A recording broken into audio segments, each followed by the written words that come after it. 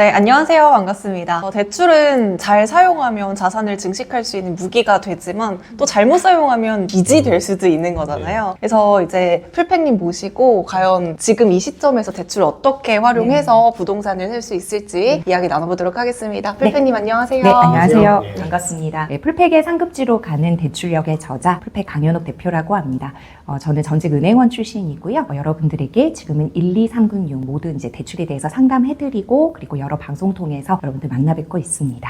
1금융, 2금융까지 제가 이해를 했는데 3금융은 뭔가요? 상금융 이제 P2P나 대부업인데, 아, 네, 그게 이제 네. 뭐 여러분들이 생각하시는 무서운 막 깍두기 아저씨 네, 이런 건 네, 아니고요. 네. 그 금융감독원이랑 금융위원회 제재 받으면서 네. 정식으로 이제 감사도 받고 네. 안전하게 이제 이용하실 수 있는데, 물론 금리는 네. 너무 높죠. 그 상금융까지 가셔서 자금 용도 증빙이나 출처까지 하시려는 고액 소비자들도 있으셔서 그런 분들 잠시 사용하시기 좋은 거고, 절대로 여러분 상금융까지 가시면 안 됩니다. 네. 그렇죠. 네, 빚은 아까도 말씀하셨듯이 진짜 잘 받으셔야 돼요. 그 잘 받는다라는 게 절대로 연끌을 하라는 의미가 아니라 제대로 이제 내가 좋은 자산에 스며든 좋은 빚이 돼야 되는 거고, 그러려면은 이제 대출에 대한 지식, 기본적인 업데이트된 지식과 그리고 어떻게 하면 나쁜 빚이 되는지, 좋은 빚이 되는지 그 경계선을 잘 지키셔서 잘 받으셔야 됩니다. 제가 10년 전쯤에 네. 재무 설계를 진짜 많이 했었거든요. 그래서 사례가 되게 많았었어요. 근데 그때 제가 느꼈던 건 네. 정말 대출에 대해서 모르는 사람 너무 많구나. 맞아요. 참담한 수준의 이런 거 있잖아요. 맞아요. 그러니까 말도 안 되는 곳에서 비싼 이자를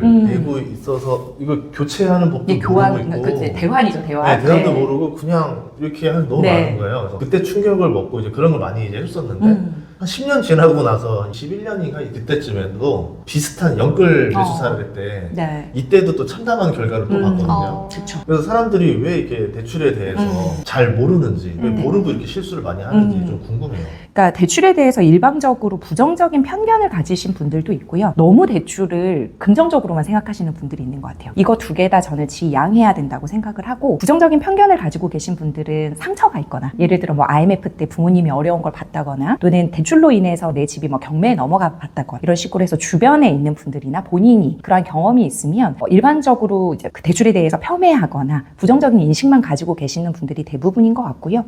긍정적으로 생각하시는 분들은 이제 겁 없이 이제 연끌한다고 하죠. 근데 그런 분들이 보통 20년, 21년도에 연끌을 했다가 22년도에 고금리를 맞게 됩니다. 그렇게 하면서 이제 원리금 상환이 안 되니까 경매로 넘어가기도 하고, 이제 견디다 못해서 이제 1금융 갔다 2금융 갔다 3금융 갔다 이렇게 점점 피폐해지는 이제 모습으로 가고 있는데, 저는 항상 말씀드리는 게 이제 대출이라는 것 자체가 대출만 이제 활용하기 위해서 1, 2, 3금융을 다 알아보고 이렇게 하면 안 되고요. 내가 사용하려는 목적과 방향성, 그리고 이제 매수 타이밍과 매도 타이밍을 정하고 그렇게 다 되었다면, 내가 상급지 입성이 된다, 또는 내가 좋은 입지에 좋은 빚을 활용할 수 있는 자신이 있다, 그리고 지금 들어가도 내가 원리금 상환하고도 남는 곳에 오를 집이다 라는 확신이 있으면 그때 들어가야 된다고 생각하는데, 보통 사람들이 이제 남의 말만 듣고 지금 아니면 안 될 것 같아서 조급해서 빚을 내거나 아니면 무리해서 빚을 내면 항상 사고가 나더라고요. 지현 MC는 대출 받아본 적 있어요? 근데 저는 살면서 네. 아직까지 한 번도 대출을 받아본 적이 없고 네. 모든 걸 다 이제 모아진 돈 안에서 쓰다 보니까 네. 말씀해주신 것처럼 대출이 조금 무섭기도 해요. 아, 그렇구나. 네. 그러니까 이게 제대로 알면 오히려 내 무기가 되는데, 제대로 잘 몰라서 두려움이 있을 수도 있는 거거든요. 제가 말씀드린 대로 일단은 이제 대출을 잘 활용하시려는 그 기본이 내가 왜 이 대출을 활용하는가에 대한 정확한 목적과 이런 방향 설계가 있어야 돼요. 그러니까 저는 이제 예를 들면 연봉이 좀 낮으신 분들에게는 바로 내 집 마련하라고 하는 것보다 내 몸값을 올려서, 그러면 이제 DSR이라고 하죠. 내 소득이 넓어지면 내가 이제 매수할 수 있는 입지의 반경이 넓어지거든요. 그렇게 해서 오히려 교육에, 강의에, 그리고 내가 이제 공부하는데 돈을 더 써라, 지금 대출 받지 말고, 이렇게 이제 말씀을 드리고, 어느 정도 연봉이 한 4, 5천 이제 넘어가기 시작하면 그래도 이제 내 집을 매수할 이제 여력이 되잖아요. 그러면 그때는 대출이 어떠한 게 있는지, 예를 들어 이제 연봉이 한 5천 미만이면 제가 정책자금 대출부터 한번 알아보세요, 이렇게 말씀을 드리거든요. 정책자금 대출 같은 경우에는 이제 디딤돌 대출, 그다음에 보금자리론, 그다음에 신생아 특례 대출, 이런 게 있습니다. 그러면 내가 이제 매수를 6억 밑으로 할 건지 또는 9억 밑으로 할 건지, 아니면 내가 좀 연봉이 있다 그러면 이제 12억, 15억, 20억 선도 이제 점점 알아볼 수 있기 때문에, 내가 이제 연봉이 어떻게 되고 그리고 매수하려는 범위가 어디까지인지가 확보가 되면, 정확하게 되면 그때 대출을 같이 알아보시면 너무 좋을 것 같아요. 제가 회사 다닐 때보다는 훨씬 더 돈을 많이 벌고 있는데 네. 프리랜서예요. 그러니까 이게 중요한 게, 이제 우리가 DSR 시대는 소득 상환 능력에 대비해서 대출이 나오기 때문에 프리랜서 같은 경우에는 이제 소득금액 증명원을 발급을 받으면 그 수입금액의 한 60% 정도만 인정을 해주고, 그다음에 이제 우리가 그 소득금액 증명원상에 윗칸은 이제 수입금액, 밑에는 이제 소득금액이 나오거든요. 그 수입금액이 아니라 경비 처리를 다 하고 난 다음에 소득금액이 내 소득이 되는 거예요. 그러면 그 두 개가 굉장히 차이가 많이 나시는 분들이 있어요. 세금을 조금 절세를 하기 위해서 수입금액보다 굉장히 이제 경비 처리 등을 통해서 소득금액을 낮추시는 분들이 있는데, 이제 그런 분들은 대출받기는 어렵죠. 왜냐하면 소득금액 중심으로 해서 대출이 나가게 되니까. 그러니까 이런 식으로 전략이 있어야 되는 거죠. 내가 이제 프리랜서면 내가 수익금액의 60%를 인정을 받을 수 있으니까 그걸로 이제 가든지, 아니면 대부분의 금융기관들이 소득금액 중심으로 가기 때문에 대출받는 그 해 전에, 왜냐면 2개년 정도 전 소득을 보거든요. 그때까지는 이제 경비 처리를 좀 덜 하더라도 소득 금액을 올리는 작업을 좀 하셔야 됩니다. 그래서 이제 이렇게 전략적으로 가시는 게 좋지 않을까. 제가 이번에 모신 이유는 이제 보통 집을 살 때도 사람들이 대출을 많이 생각하지만 지금 경제가 너무 안 좋다 보니까 지금 소상공인들, 뭐 자영업자들, 기업하시는 분들도 대출이 필요한 상황이 됐어요. 이걸 가지고 생활 안정자금을 써야 된다던가. 그래서 대출이라는 게 저는 예전에 이게 안 나오는 게 더 위험하다라는 걸 요새 느낍니다. 나와야 숨통이 터지는데 안 나오면 망하는 건데 어떻게 하면 잘 나올 수 있을까, 이런 건데 이제 목차이 또 많이 있더라고요. 사업하시는 분들은 현금 흐름이 굉장히 중요한데, 이제 현금 흐름이 막히게 되면 돈맥경화에 걸리는 거잖아요. 사업자분들의 원활한 현금 흐름 등을 통해서 이제 원활한 이제 경기가 받쳐주기 위해서는 사업자 대출 같은 거를 잘 활용할 수 있게끔 이제 금융기관에서도 많이 밀어주고 있고요. 그래서 이번에 이제 가계부채 관리 방안이나 여러 가지 이제 점검 나온 거 보면 이금융이라든지 또는 소상공인 그리고 사업자 대출 같은 경우는 막지 않고 좀 원활하게 해줘라, 이렇게 하는 게 정부 지침이 나왔어요. 그래서 이제 소상공인 분들 같은 경우에는 정책자금 대출이나 사업자 대출이나 기보신보 이러한 것들 다 한번 잘 알아보셔서 원활하게 사업하시는데 좀 어려움 겪지 않으셨으면 좋겠습니다. 그러면 이런 소상공인 대출 이외에 그냥 요즘 최근에 이제 대선도 앞두고 있고 약간은 조금 어수선하잖아요. 맞습니다. 지금 상황에서 좀 대출은 잘 나오는 편인가요? 그러니까 오히려 이제 정권에 따라서 이게 대출이 잘 나오는 사실 정권이 있고, 그다음에 대출을 좀 틀어막는 정권으로 솔직히 좀 나눠볼 수 있을 것 같은데요. 그러니까 굉장히 이제 조심스러운데 어떤 정권이 어떻게 들어올지 모르는 상황인 거잖아요. 그래서 이렇게 될 거다라고 단언은 할 수 없지만, 예를 들어 지금과 같이 그나마 좀 이제 풀어주는 그런 금융 정책에 있어서는 되는 은행에 가서 받으면 되는데, 만약에 좀 이렇게 강력한 금융 정책을 펼치는 그런 당이 들어온다라고 하면, 예전 이제 문재인 정권 때처럼 투가 지역에는 15억 이상의 주담대가 안 나오는 경우도 있었단 말이에요. 아파트에 한해서. 그런 식으로 아예 일괄 틀어막아 버릴 수 있어요. 그러면 이제 굉장히 시장에는 혼란이 가중될 수도 있습니다. 그래서 이제 일괄적으로 다 틀어막는 것이 저는 개인적으로 그렇게 좋은 정책은 아니라고 생각을 하고요. 되는 은행으로 조금 풀어줄 수 있도록 하면 좋겠는데, 예를 들어 1금융권 은행을 틀어막는다고 해서 모든 사람들이 대출을 포기하는 것이 아니라 꼭 대출이 필요하신 분들이 있거든요. 그럼 이제 그런 분들은 어쩔 수 없이 2금융권으로 옮겨갈 수밖에 없는 거고, 그러면 1금융권에서 저금리로 대출을 받으실 수 있었던 분들이 2금융에 약간의 고금리를 쓰셔야 되고, 2금융도 안 되면 또다시 3금융까지 벗겨날 수밖에 없기 때문에 그런 분들은 이제 고금리에 허덕이게 될 수밖에 없는 거죠. 그래서 이제 좀 차주를 나눠서 정책을 펼쳐주시면 가장 좋을 것 같고, 그리고 이제 뭐 생애 최초라든지 서민 실수요자 대출이라든지 이러한 것들에 대해서는 일괄적으로 모두 한꺼번에 규제를 적용하는 것이 아니라 좀 이렇게 내 집 마련을 할 수 있는 그런 수요들에게는 좀 넉넉한 대출 정책을 좀 펼쳐주시면 좋을 것 같고, 만약에 총량에 좀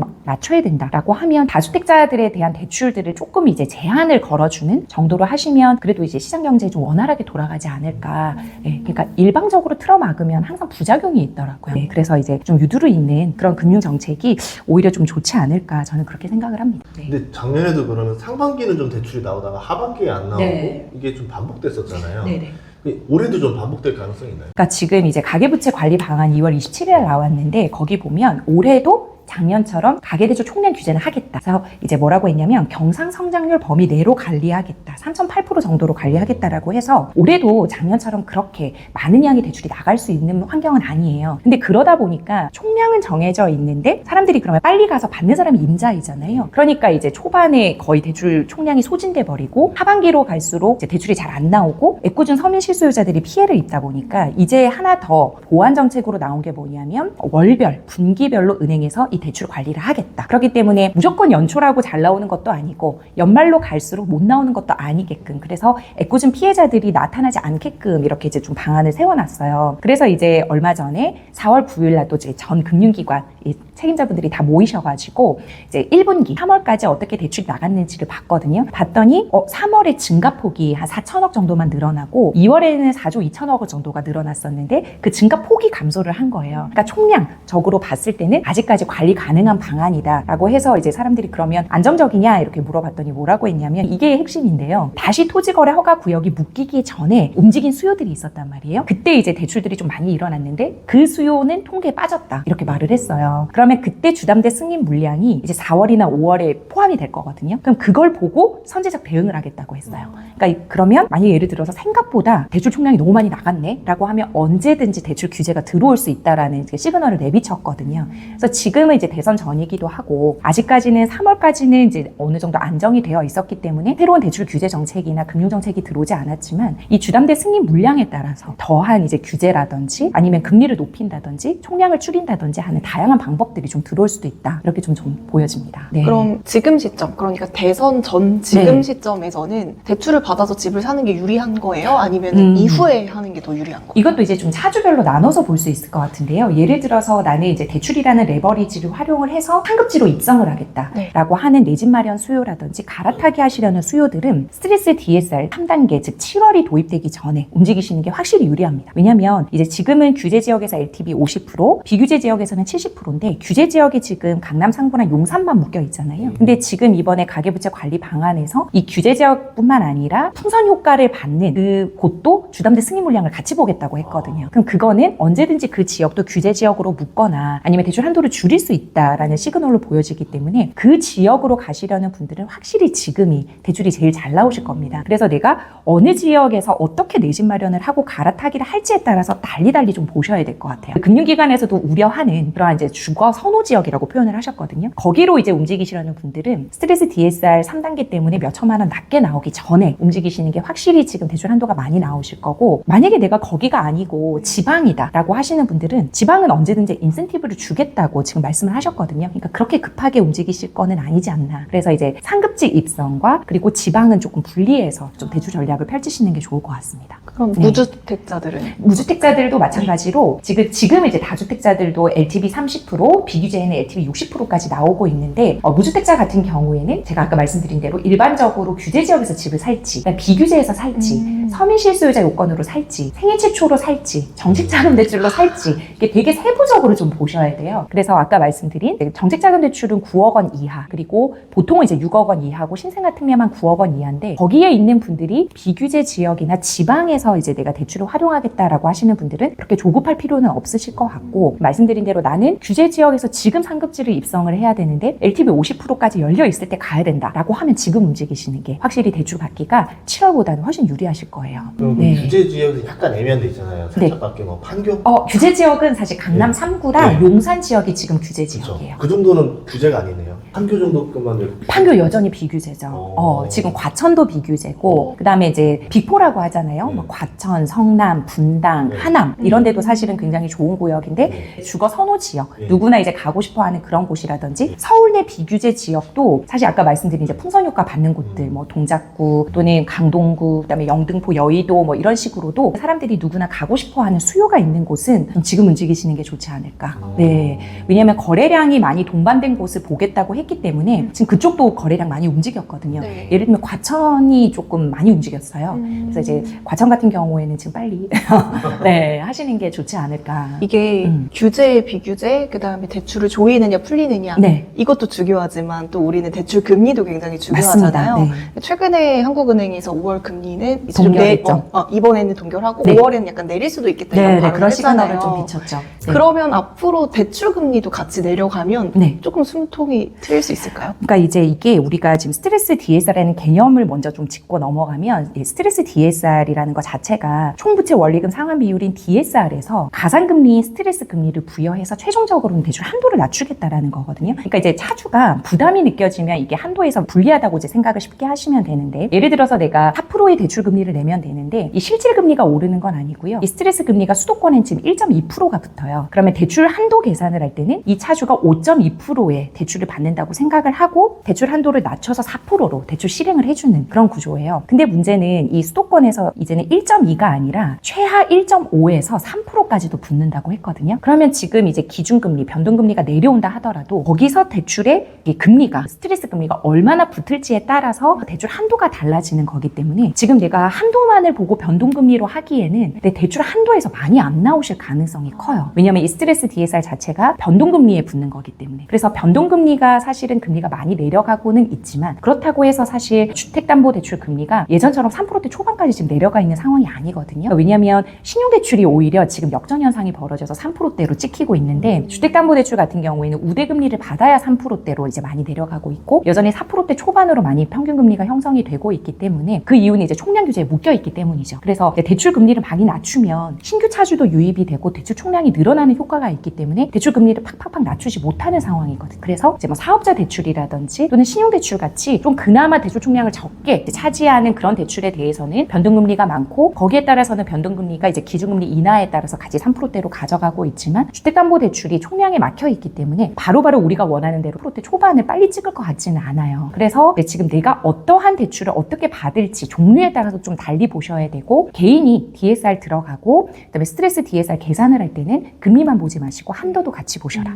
그러려면 이제 변동금리보다는 은행 내 고정금리가 대출 한도가 잘 나옵니다. 그래서 이제 고정금리 중에서도 혼합형하고 주기형 상품이 있는데요. 혼합형 같은 경우에는 5년은 고정이고 나머지는 쭉 변동으로 바뀌는 거고 주기형 같은 경우에는 그나마 제일 변동금리 구간이 작기 때문에 반대로 대출 한도가 가장 많이 나오거든요. 그래서 지금 인기는 이제 한도면에서 가장 많이 나오는 주기형이고 심지어 은행에서 적극적으로 영업을 할 때는 이 주기형 상품의 금리적인 메리트도 줘서 금리를 낮춥니다. 그래서 변동금리보다 금리도 좋고 한도도 많으면 당연히 금융소비자들이 글로 몰리겠죠. 그러면 당연히 이제 주기형이 좀 판매가 많이 될 거고 이제 월별 분기별 관리를 하니까 어느 정도 영업 실적이 찼다 그러면 다시 그 금리를 올리고 그런 식으로 이제 은행 자율적으로 지금 관리를 하고 있다 이렇게 보시면 될 것 같아요. 그래서 결론은 내가 받는 그 시점에 유리한 상품과 유리한 금리를 선택하시는 게 정답입니다. 그래도 대출을 받고 나서 네. 뭔가 바뀌면 갈아타기도 네, 할 수 대환 있잖아요. 수요도 굉장히 많고 그쵸. 이제 실질적으로 지금 19년, 20년도에 혼합형 금리를 쓰셨던 분들이 지금 이제 변동형으로 돌아왔거든요. 이제 그분들 같은 경우에는 한 2%대도 쓰신 분들도 많아요. 그러다가 갑자기 이제 4%대로 올라가니까 이거 대환하고 싶다라고 하는데 두 가지 문제점이 뭐냐면 네. 원하는 2%대 한도도 안 나올 뿐더러 그때 당시에는 스트레스 DSR 시대가 아니었기 때문에 한도가 많이 나왔단 말이에요. 근데 소득은 별로 크게 변화가 없는데 지금 와서 대환하려고 보니까 동액 대환이 안 돼서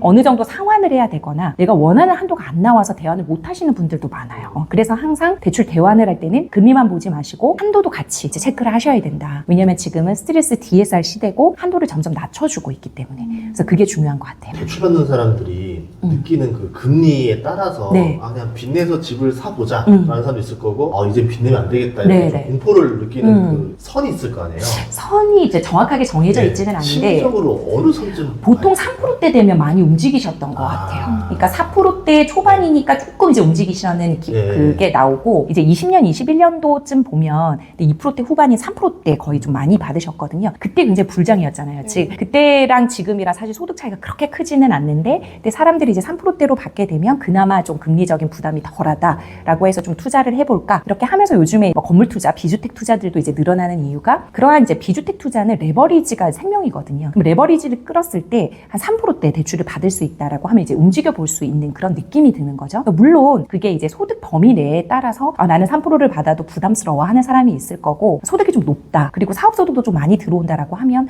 이 정도면 움직이겠다 하는 게 제가 이제 볼 때는 한 3%대 선이 아닐까라는 생각이 들어서 지금 이제 그래서 이제 3%대 선이 맞춰진 그러한 이제 비주택 투자, 변동형 금리들이 이제 많이 움직이지 않고 있나 이런 생각이 좀 10년 전에가 그랬던 것 같아요. 네. 그때 2014년인가가 4% 이제 맞아요. 금리 받았던 것 같은데 네, 그다음 15년부터 낮아졌죠. 뚝 떨어졌잖아요. 네. 그때부터 분양 시장이 많이 많이 살아났죠. 살아났죠. 레버리지를 활용할 수가 있으니까. 그러면 금리가 지금 계속 떨어지는 추세라 보면 네. 이제 올해나 내년쯤 되면 분양 시장도 조금 인기를 끌 수 있을까요? 근데 그건 또 입지랑 같이 봐야 되는 것 같아요. 어느 지역에 어떻게 분양이 되는지. 분양 영향이 사실은 금리에만 이제 영향을 미치는 게 아니라 입지는 그렇게 좋지 않은데 만약에 고분양이 됐다. 그럼 당연히 미분양이 나겠죠. 네. 그건 이제 금리의 영향보다는 입지에 대한 영향이 더 클 거고 이 금리가 좀 영향을 주려면 어느 정도 입지력이 받쳐줘야 될 거예요.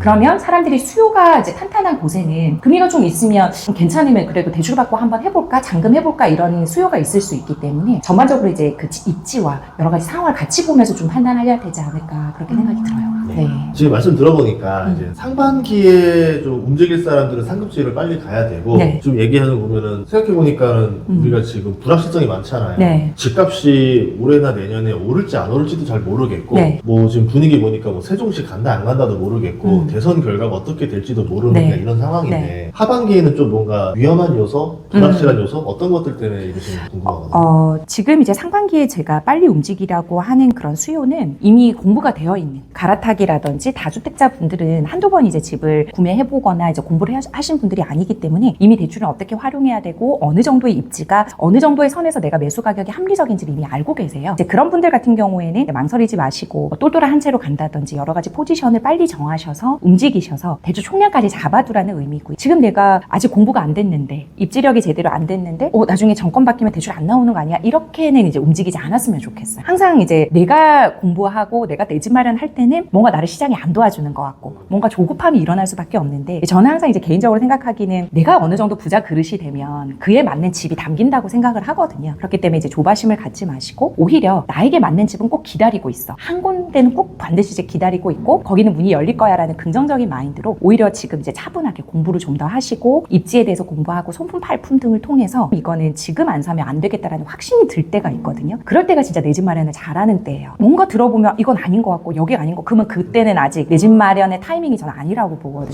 소개팅이랑 비슷하네요. 그냥 직감을 믿어야 왜냐면 돼. 이제 결혼할 사람 딱 보인다고 하잖아요. 아, 이 사람이야. 이럴 때 저는 이제 투자를 해야 사실 우리가 뭐 주식처럼 뭐 사고 팔고 할 수도 없는 거고 최소 이제 뭐 2년에서 4년은 보유해야 되는 물건인데 그리고 그걸로 인해서 좋은 자산에 스며든 좋은 빚이 된다라는 건 오를 집을 고른다라는 건데 웬만한 공부와 준비가 아니고서는 움직이지 않아야 되는 게 더 맞다고 생각을 하거든요. 그렇기 때문에 어느 정도 내가 공부가 됐고 자금력도 됐고 그다음에 입지력, 대출력 그리고 저는 세금도 굉장히 잘 공부를 해야 된다고 생각해요. 이 삼각편대가 이루어졌다고 생각을 할 때 그때 움직이시는 게 늦지 않다. 근데 이제 그렇게 하려면 뭐부터 해야 되냐? 진짜 기본부터 오히려 다시 돌아가서 이제 조금 시장이 혼미할 때는 기초를 다시 세우는 게 좋을 것 같아요. 그래서 왜 지금 저런 시장이 움직이고 규제 정책은 왜 이렇게 왔다 갔다 하며 나중에 이럴 때는 내가 어떻게 해야 되는지를 본인이 판단하시고 본인만의 기준 철학을 세우셔서 거기에 맞다 하면 요이 땅 하고 나갈 수 있다면 이제 부동산 시장 경기가 어떻게 되든지 간에 이제 상관이 없을 것 같아요. 이제 조금 혼미한 시장에서는 원칙을 잡는 시장 그런 시간이다라고 생각하시면 좋을 것 같습니다. 정말 안 그래도 요새 지금 사람들 집을 사야 되나 안 사야 되나 되게 또 궁금해하던 시기에 또 딱 적시에 또 네. 출연해 주셔서 그러니까요. 좋은 대답이 되지 않았을까 생각해 봅니다. 오늘 출연해서 감사합니다. 네.